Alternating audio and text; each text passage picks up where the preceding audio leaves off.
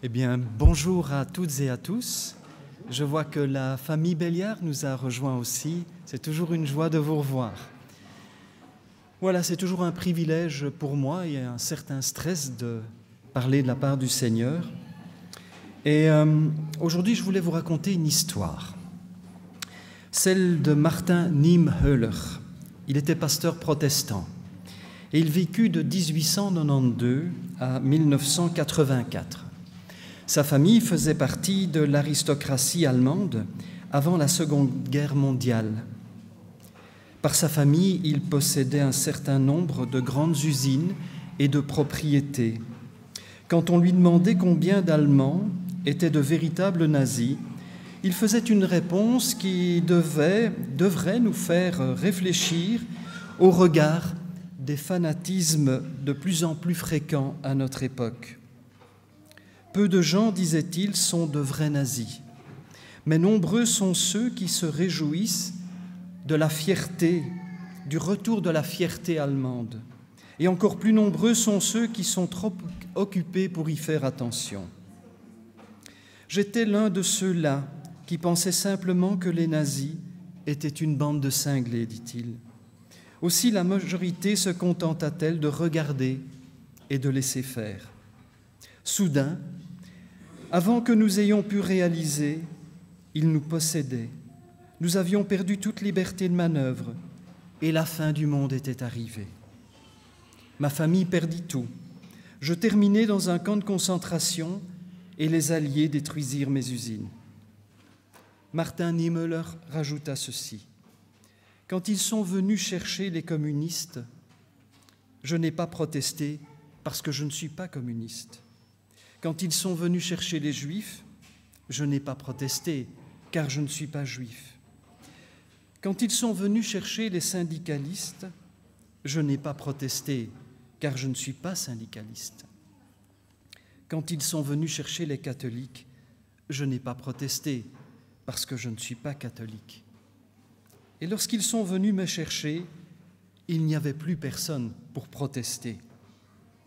Martin Niemöller fut arrêté en 1937 et envoyé au camp de concentration de Sachsenhausen.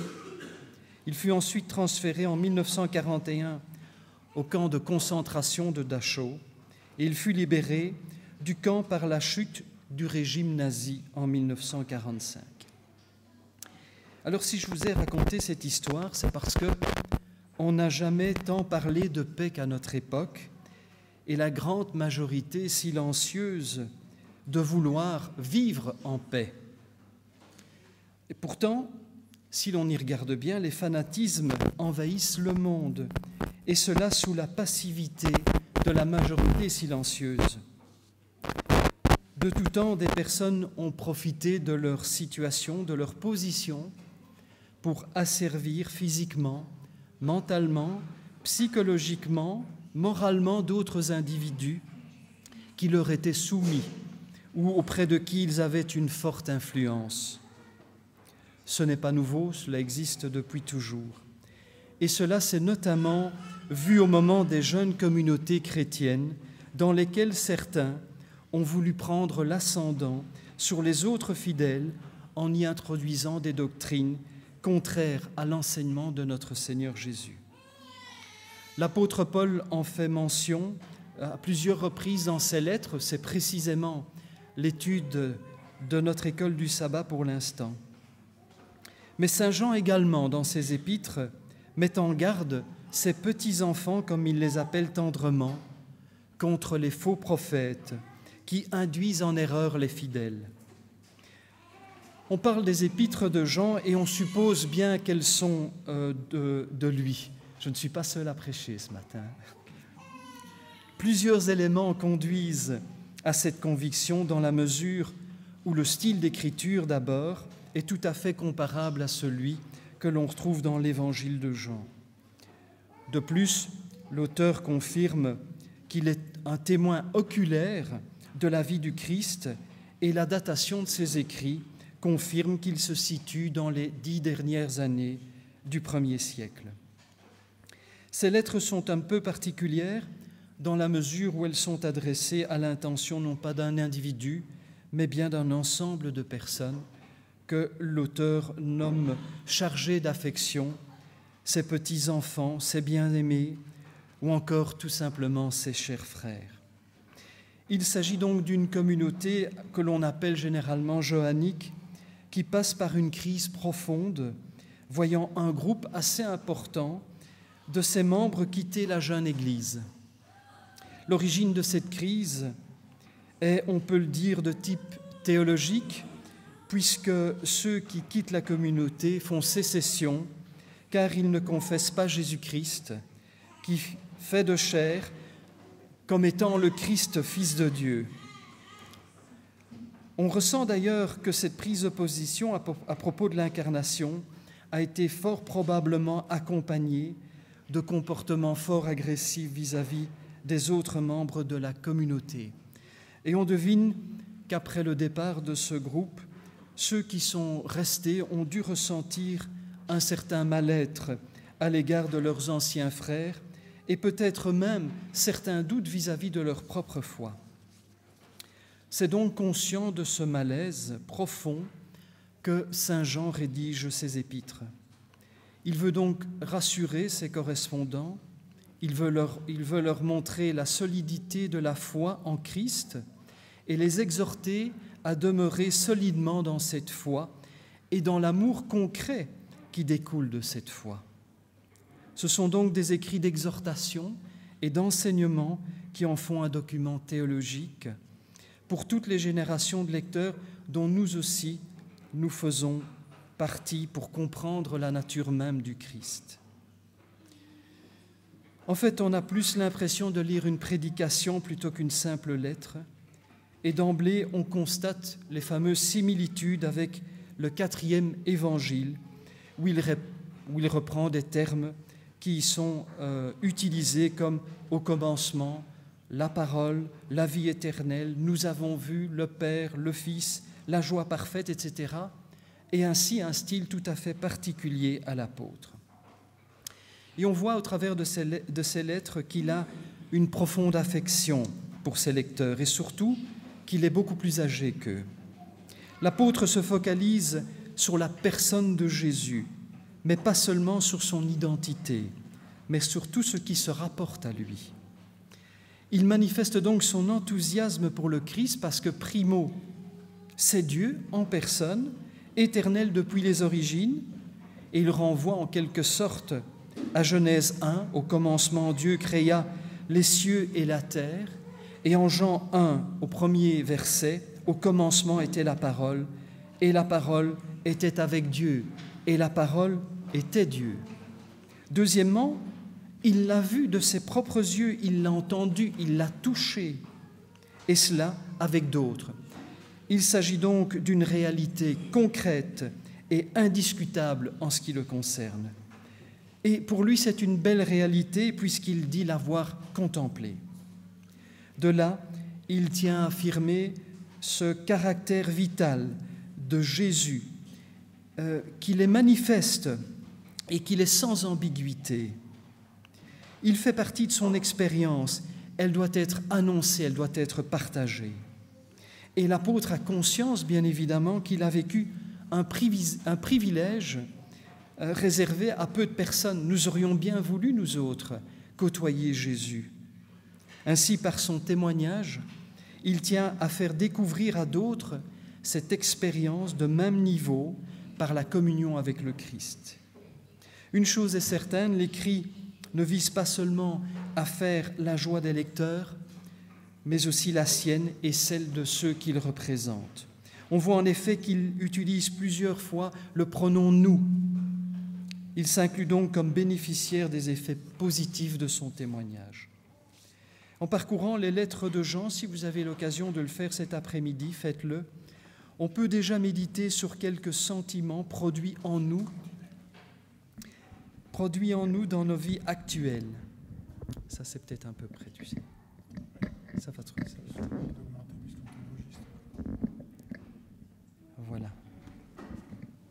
Donc je disais, en parcourant les lettres de Jean, on peut déjà méditer sur quels sentiments produit en nous dans nos vies actuelles la connaissance que nous avons de Jésus. Si cette connaissance ne procurait pas de la joie, que faudrait-il en penser et que faudrait-il surtout pour la changer? Quel sentiment me procure l'appartenance à la famille du Christ? Fragonard, lors de sa prédication il y a 2 semaines, nous a fait part toute la valeur et la dimension que comporte le fait d'être de la famille du Christ.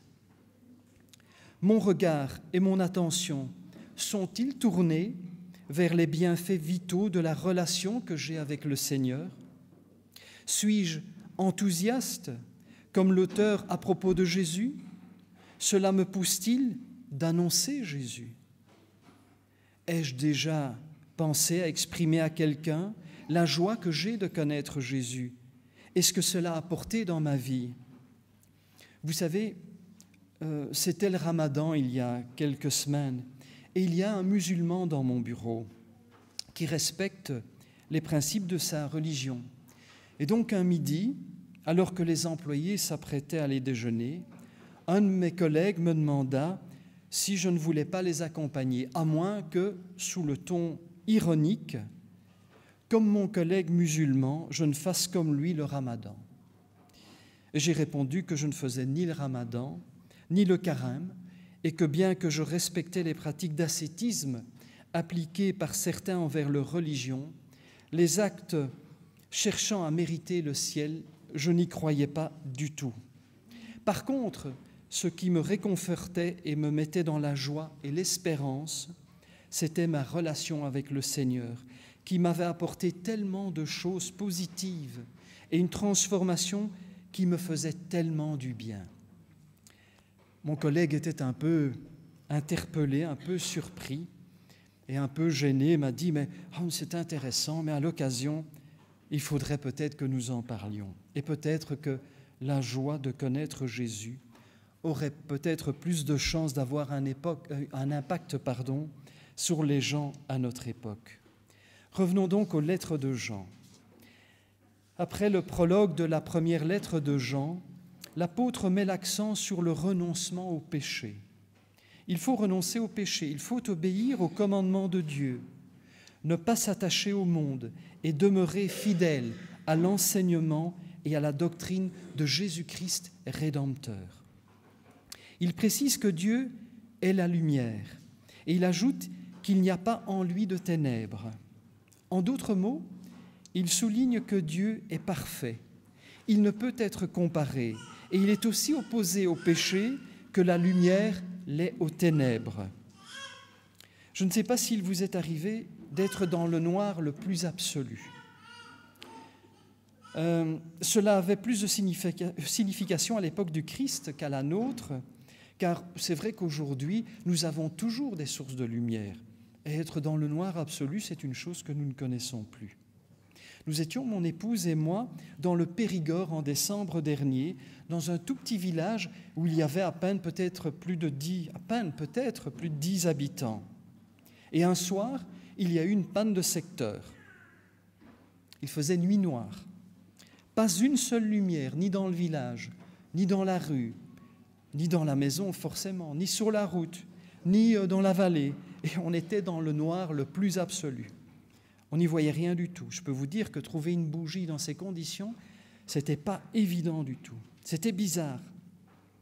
Dans un exercice de team building, comme on appelle cela, vous savez, où on invite des membres d'une société ou d'une même équipe à passer des épreuves de toutes sortes, en vue, je dirais, de relier les liens entre les personnes, des liens de camaraderie, il m'est arrivé de me retrouver dans une espèce de galerie, dans le noir le plus absolu. C'est une galerie qui avait été faite dans un ancien site industriel désaffecté. Et donc, il fallait s'orienter au simple sens du toucher. Et alors la galerie, à certains endroits, se rétrécissait à telle enseigne qu'il fallait s'abaisser et puis même avancer à 4 pattes, dans le noir le plus absolu. Et puis même, le boyau devenait tellement petit qu'il fallait ramper. Je peux vous dire qu'on n'en mène pas large. Alors on avançait dans ce boyau. À un moment donné, on ne pouvait plus aller devant, plus à gauche, plus à droite. Je dis, tiens, Ah, on peut se lever. On se levait. Un peu plus loin, la galerie reprenait son chemin. Donc il fallait escalader et reprendre. C'était étrange. Il y a même un de mes collègues qui a fait un malaise. Et je peux vous dire que quand on est arrivé au bout du tunnel, quel soulagement. Pourtant, il n'y avait rien de dangereux, on savait qu'on était contrôlé. Mais rien qu'être dans le noir le plus total, je peux vous dire que c'est angoissant. Les ténèbres sont donc une image particulièrement explicite de l'effet du péché. On avance sans savoir où cela nous mène. Seule la lumière du Seigneur nous permet d'arriver au bout du tunnel. Jean met ainsi l'accent sur la gravité du péché. Le péché, c'est le noir le plus absolu. Ce sont les ténèbres, sans lumière. Il ne nous mène nulle part. Il est angoissant, car il n'a aucune issue. Le péché, c'est mal agir, c'est l'injustice, c'est s'écarter de la volonté de Dieu telle qu'elle a été révélée en Jésus-Christ. Le péché, c'est ce qui éloigne la créature du Créateur, et c'est cette séparation qui conduit à la mort. Une chose est certaine, le péché, bien qu'énigmatique, est quelque chose de bien réel, dont le seul objectif est de détruire.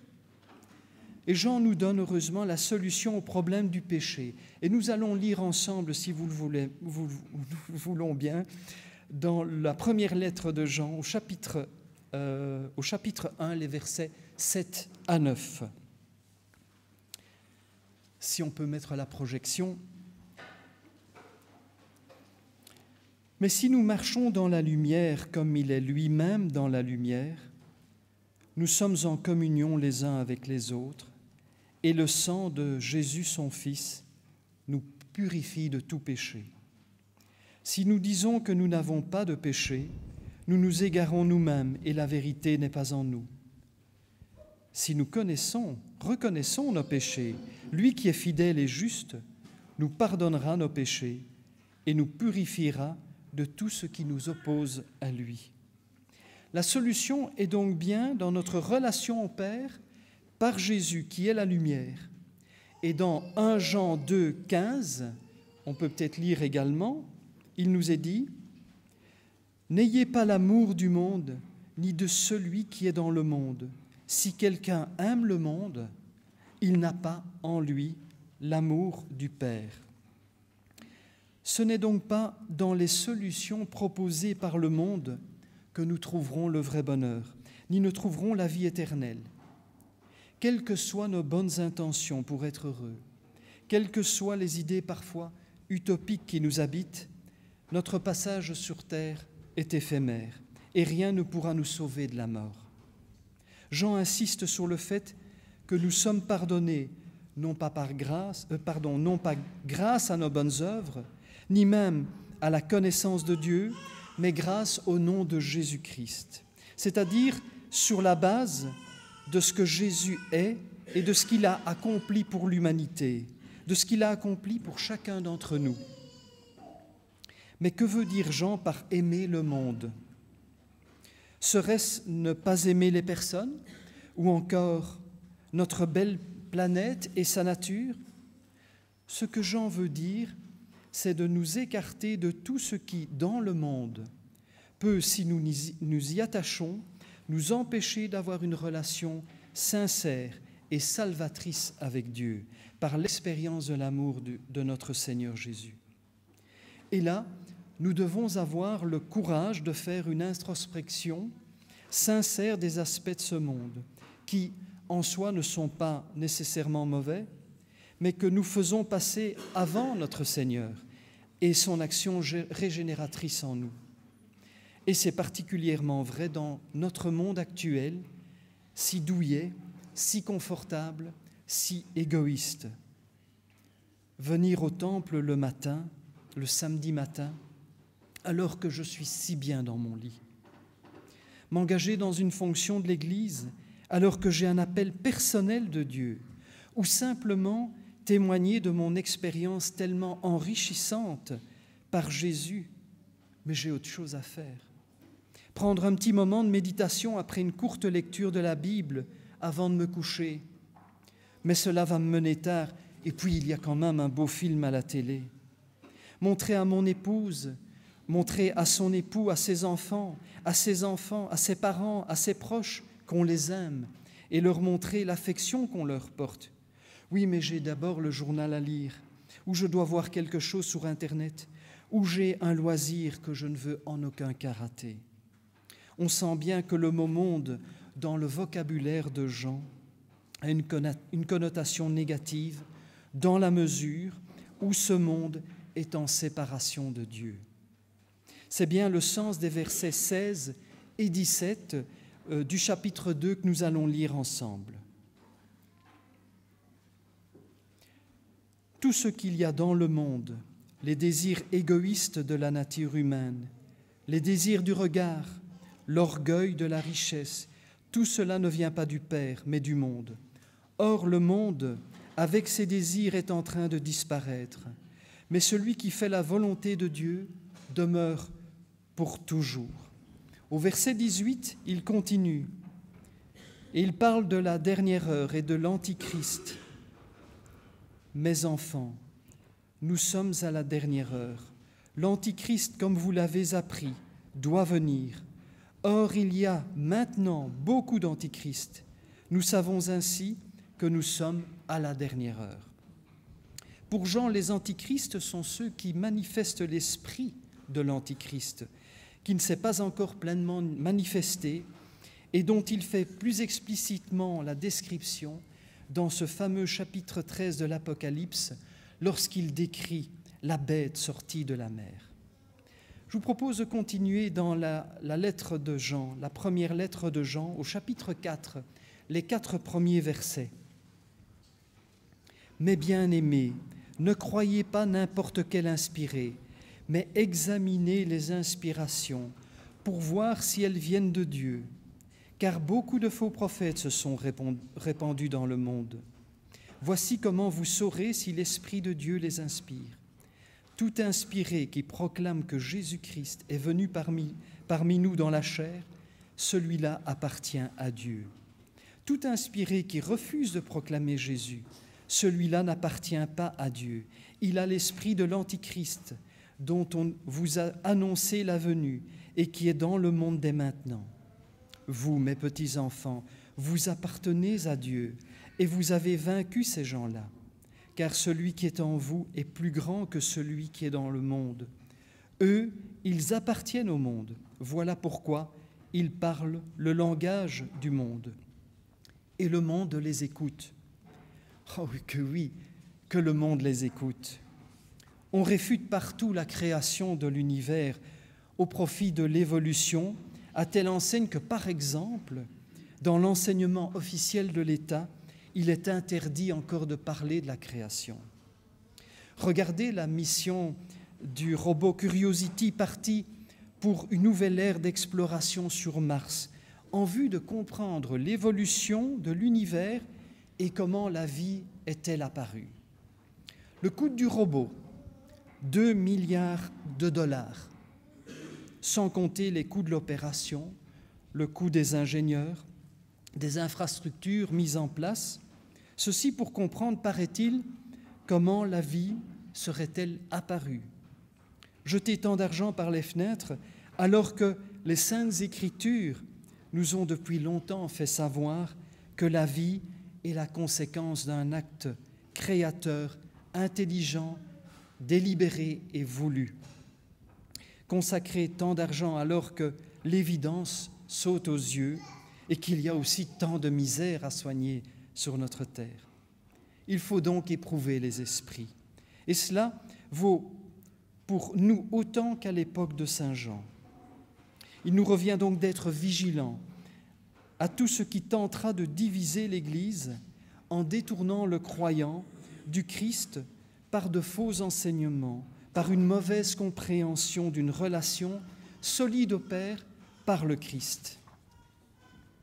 Jean le précise au verset 20 à 25 du chapitre 2 que nous allons lire ensemble. « Quant à vous, celui qui est saint vous a consacré par l'onction, et ainsi vous avez tous la connaissance. Je ne vous dis pas que vous ignorez la vérité, mais je vous dis, vous la connaissez, et la vérité ne produit aucun mensonge. Le menteur n'est-il pas celui qui refuse d'admettre que Jésus est le Christ? Celui-là est l'Antichrist. Il refuse à la fois le Père et le Fils, car celui qui refuse le Fils se sépare du Père, et celui qui reconnaît le Fils trouve en même temps le Père. Pour vous, gardez en vous-même ce que vous avez entendu depuis le commencement. Si ce que vous avez entendu depuis le commencement demeure en vous, vous aussi, vous demeurez dans le Fils et dans le Père. Et ce que le Fils lui-même nous a promis, c'est la vie éternelle. Un antidote, si je puis dire, au message des antichrists, c'est certainement la Bible telle que l'Esprit de Dieu nous l'a transmise. Et j'insiste bien, telle que l'Esprit de Dieu, car il ne s'agira pas d'une connaissance technique, si je puis dire, de la parole, mais bien d'une connaissance inspirée par le Saint-Esprit. Satan aussi connaît les textes sacrés, et la démonstration d'une connaissance intellectuelle parfaite ne signifie pas pour autant que, voilà, on est sur l'autorité du Saint-Esprit. Bon, il faut aussi admettre que certains passages échappent encore à notre compréhension ou peuvent encore être discutables, soit. Mais c'est surtout autre chose de douter à cause de cela, de l'autorité des Écritures et surtout de l'amour de Dieu, comme Satan l'a tellement distillé dans la création. L'élément capital, vital, essentiel, et Jean le précise de façon radicale au verset 28 du chapitre 2 que nous pourrons lire ensemble. « Et maintenant, mes petits-enfants, demeurez en lui. Ainsi, quand il paraîtra, nous aurons l'assurance et nous serons sans honte devant lui lors de sa venue. » Saint Jean, dans son épître, vise à mettre en garde les enfants de Dieu, comme il nous appelle, pour discerner parmi les enseignements et les comportements ce qui nous rapproche de Dieu de ce qui pourrait nous séparer de lui. Et très sincèrement, si nous nous mettons à regarder objectivement autour de nous la situation de l'humanité à tous les niveaux, on peut quand même le dire, c'est pas du tout brillant. C'est vrai qu'il y a eu des guerres de tout temps, qu'il y a des injustices depuis toujours, que les catastrophes naturelles ont toujours existé, c'est vrai. Quelle différence y aurait-il par rapport à maintenant? La différence, c'est que non seulement ces événements se sont multipliés, mais que leur intensité s'est fortement accrue, à telle enseigne que même plusieurs personnes athées, ayant une certaine position sociale, des connaissances philosophiques, scientifiques, reconnues, viennent à douter de la pérennité de notre monde. Et les scénarios les plus alarmants ont déjà été imaginés et abondamment développés d'ailleurs dans la littérature et dans les films dits catastrophes. Et c'est vrai qu'il y a lieu de se faire du souci. Le nombre de conflits armés n'a jamais été aussi important, même si on en parle à peine, voire peut-être pas du tout. Savez-vous par exemple qu'on relève pratiquement une grande manifestation exprimant la colère des gens chaque jour en Chine, avec une répression extrêmement forte des autorités, laissant souvent des morts et de nombreux blessés. On n'en parle pas chez nous, mais pourtant c'est bien réel. Que dire de l'état dans lequel se trouvent certains pays du Maghreb, la Libye, l'Égypte, la Tunisie, qui viennent de connaître leur révolution avec leur lot de désolation? Quel sera leur avenir? C'est pour le moins incertain. Et dans certains de ces pays, on est à la limite de recommencer. Que dire du triste sort des Syriens actuellement, dont des milliers de personnes, sans distinction, ont été massacrées et le sont encore aujourd'hui? Que dire de l'attitude de l'Iran, qui alimente des réseaux terroristes dans le monde entier en vue de déstabiliser les démocraties? Que dire de l'Afghanistan, qui est en proie aux exactions des talibans rançonnés par des fondamentalistes au Pakistan? Que dire de la situation en Afrique centrale, où près de 500 000 civils ont dû quitter leurs habitations suite aux massacres perpétrés par une bande d'opposants aux autorités congolaises. Que dire de cette famine organisée par des groupes armés islamiques au Soudan, faisant mourir des populations civiles en masse? Que dire de la montée de l'extrême droite dans notre Europe, qui se croit en sécurité et qui veut donner des leçons au monde entier? Ces groupes, sous des profils plus nuancés, des discours plus rassurants, faisant appel à un soi-disant bon sens de tous en vue simplement de préserver ce qui est bon, ce qui est bon sous-entendu nous et notre culture, prônent l'exclusion de ce qui n'est pas de chez nous. Regardez d'ailleurs la progression alarmante du Front National en France. La France, berceau de la liberté, de la fraternité et de l'égalité. Regardez ce qui s'est passé en Norvège. La Norvège, pays démocratique, exemplaire, avec le meilleur niveau de vie au monde.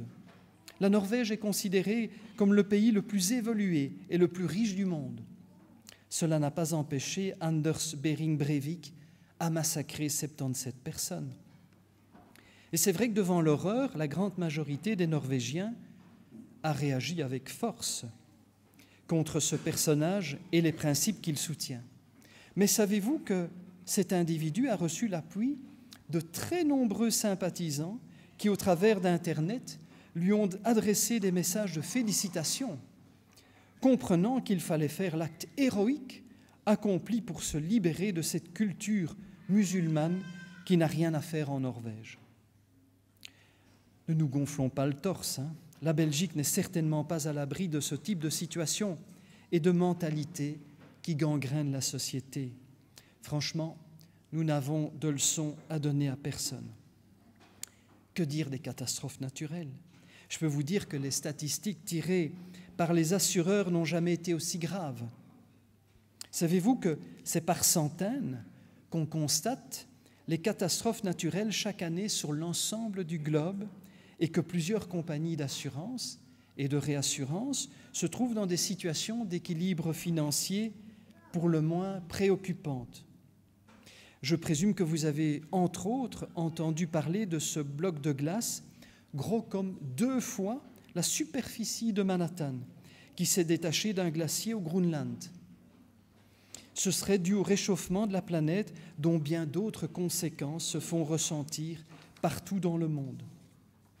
Regardez les derniers tremblements de terre en Iran, les inondations en Chine et en Extrême-Orient, la sécheresse dans le sud de l'Europe, les cyclones à répétition et toujours plus violents en Amérique du Nord, la sécheresse au Soudan, en Éthiopie, au Tchad, au Niger. Lors de la clôture de ces fastueux Jeux olympiques, le Premier ministre britannique organisait une conférence en vue d'une réflexion sur les problèmes de malnutrition dans certaines parties du globe. Et on nous montrait à la télévision des images comme celles qu'on nous montrait dans les années 80 et qu'on espérait ne plus jamais revoir. Ces pauvres enfants au corps décharné dans des souffrances et des douleurs atroces. Et cela en parallèle de la cérémonie de clôture ayant coûté la bagatelle de 20 millions d'euros. 20 millions d'euros pour faire la fête, une soirée. Ce monde est fou. Et que dire de la société en général? Culte du paraître, de la soi-disant beauté, repli sur soi, égoïsme, culte de l'argent, incivilité, violence, méchanceté, vol, mensonge, exploitation des plus faibles, révolte des enfants face à l'autorité parentale, abandon des responsabilités des parents, indifférence à l'égard des plus âgés, etc., etc. Mais rappelez-vous, les paroles du Christ dans Luc, au chapitre 21, au verset 28, que nous pourrons lire ensemble. Est-ce qu'on peut projeter? Voilà. Quand vous verrez tous ces signes, redressez-vous et relevez la tête, car votre délivrance est proche. Tous ces éléments devraient qu'affermir notre conviction première. Il faut le reconnaître, nous ne vivons pas des temps ordinaires. Et les bouleversements auxquels nous assistons dans les domaines les plus divers invitent les hommes et les femmes de foi que nous sommes à méditer attentivement ce que les Saintes Écritures annonçaient pour la fin des temps. Qu'on le veuille ou non, ce monde court tout droit dans le mur et cette course, malheureusement, s'accélère. Le seul espoir que nous avons de vivre le plus heureux possible, maintenant, c'est aussi de nous libérer des conséquences sans issue de ce monde. C'est le seul espoir, Jésus-Christ. Nous pouvons le lire dans la conclusion de 1 Jean, au chapitre 5, au verset 19 à 21, que nous lirons ensemble. Nous savons que nous appartenons à Dieu, alors que le monde entier est dominé par le mauvais. Nous savons aussi que le Fils de Dieu est venu nous donner l'intelligence pour nous faire connaître celui qui est vrai. Et nous sommes en celui qui est vrai, dans son Fils Jésus-Christ. C'est lui qui est le Dieu vrai et la vie éternelle. Mes petits enfants, prenez garde de ne pas vous mettre au service du mensonge. Autre traduction, petits enfants, gardez-vous des idoles. Les mensonges, les idoles, ce sont à notre époque ces idéaux que propose le monde pour un pseudo-bonheur qui tenterait à dire que nous n'avons pas besoin de Dieu. Mes amis, ne nous leurrons pas, il n'y a pas de bonheur, il n'y a pas de vie sans Dieu, notre Créateur, révélé pour notre espérance en Jésus-Christ. Je terminerai également par un épilogue, mais dans l'épître de Jude cette fois, le frère de Jésus, au verset 20 et 25, que nous lirons ensemble. Pour vous, bien-aimés, vous édifiant vous-même sur votre très saine foi, en priant par le Saint-Esprit. Maintenez-vous dans l'amour de Dieu, en attendant la miséricorde de notre Seigneur Jésus-Christ pour la vie éternelle. Reprenez les uns ceux qui contestent, sauvez-en d'autres en les arrachant au feu, et pour d'autres encore, ayez une pitié mêlée de crainte, haïssant jusqu'à la tunique souillée par la chair.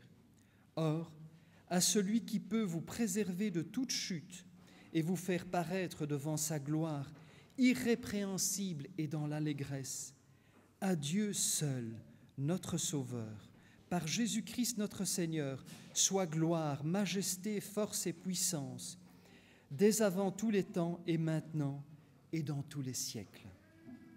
Que notre Seigneur Jésus-Christ, mes amis, nous préserve pour nous faire paraître irrépréhensibles dans l'allégresse devant sa gloire lorsqu'il reviendra parmi nous. C'est ma prière pour chacun d'entre nous ce matin. Amen.